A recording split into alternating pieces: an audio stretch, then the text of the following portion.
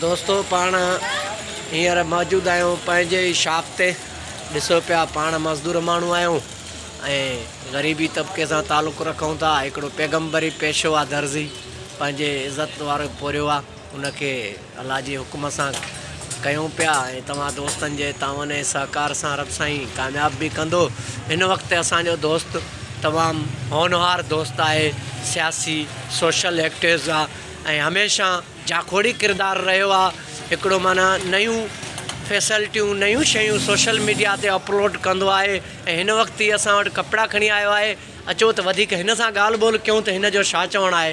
भाउ अब्दुल रज़ाक, जेके हींअर अवां 3 सूट असां वटि आंदा आहिनि सिलाई जे लाइ, तव्हांखे कीअं पोइ असांजे कम जो मयार ऐं असांजो फैसिलिटी जेका असां ग्राहकनि खे ॾियूं पिया हिते डिस्ट्रिक्ट कंबर सदादकोट सिटी कंबर में, उहा तव्हांखे कीअं पई महसूसु थिए? थोरो दोस्तनि खे गाइस खे ॿुधायो त तव्हां हिन में केतिरो मुतमिन आहियो ऐं कीअं हे रिज़ल्ट मयार कम जो। जी अदा।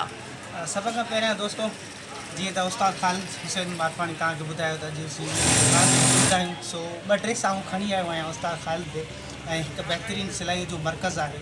सो कोशिशि कयो लाज़मी अवां हिन जी दुकान ते विज़िट कयो ऐं हिकु मयारी सिलाई आहे हिननि जी ऐं बहितरीनु उस्ताद जेके हिन वटि कमु कनि था।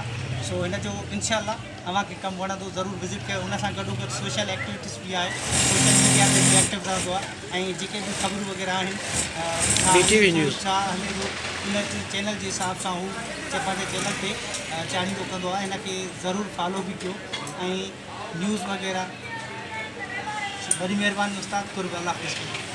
दोस्तो इहो हुयो असांजो जाखोड़ी किरदारु, असांजो दोस्त अब्दुल रज़ाक खोसो साहिबु, जंहिंजा लख अहसान ऐं वॾा वड़, जंहिं असांखे टाइम ॾिनो, तव्हां सां मुखातिब बि थियो ऐं हिकिड़ो हाल ऐं जेका हक़ीक़तूं हुयूं तव्हां दोस्तनि जे आॾो हुन वंडियूं ऐं असां निहायती शुक्रगुज़ार आहियूं ऐं भाउ जा लख अहसान आफ़रीन। असां मुतमिन आहियूं। फॉलो कयो ऐं सब्सक्राइब बि कयो। दोस्तो असांजो यूट्यूब चैनल बि आहे ख़ालिद हुसैन चांडिया जे नाले सां ऐं मुंहिंजी ID आहे सोशल मीडिया ते ख़ालिद हुसैन मारफानी।